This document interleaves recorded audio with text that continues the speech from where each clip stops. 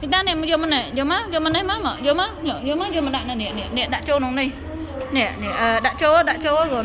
Đã trâu nóng đi nè, đã trâu nóng nè. Tục. Nàng đã nàng, hai vô ba luôn đã nóng nâng mà, vô ba đã nóng nâng má. Vô ba đã trâu má nàng, họ đã thử ba liệt vô ba đã trâu á. Nè ba liệt đây con nè, vô đã trâu á. Đã trâu á hết. Nó đã trâu nóng cái thế nhá ấy.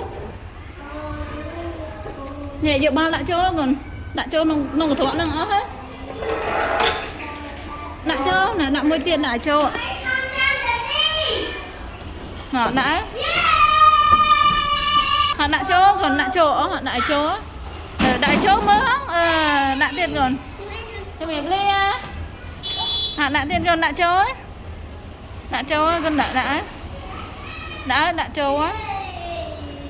À ôi mù. Nè 10 tiền nè đã trâu con nè. Đã bị trâu má. Nó chưa ngả bông 10 tiền rồi nè, bông cho ai à? Bông đã ai vậy? Đẹp đây môi cài mền rồi kia tiền nữa. Họ đã bị trâu lắng á, nè đã bị trâu nồng lắng á. Nè nó cái đã nồng lắng nè, còn đã nồng lắng nè, đã. Nó ô mau tiền đây nó ô bao trở ra nên toàn ó hay đã ó nè. Đã mới có đã trâu tiền mới. Nó mà bông đã.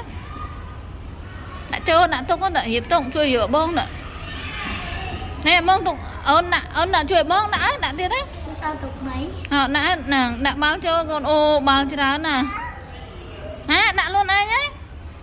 Dạ bông chui nè. Họ của anh đã. Môi pi bay buồn đã nữa. Yeah, nó đã thế đó bông thiệt này à. Nè cân này.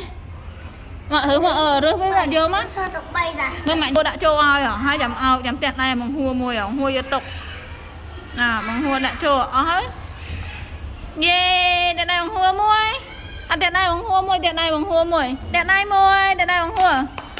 Thiệt này bằng hua môi, bằng hua vô tục ai. Hả? Thiệt này môi. Là cô ôi như mẹ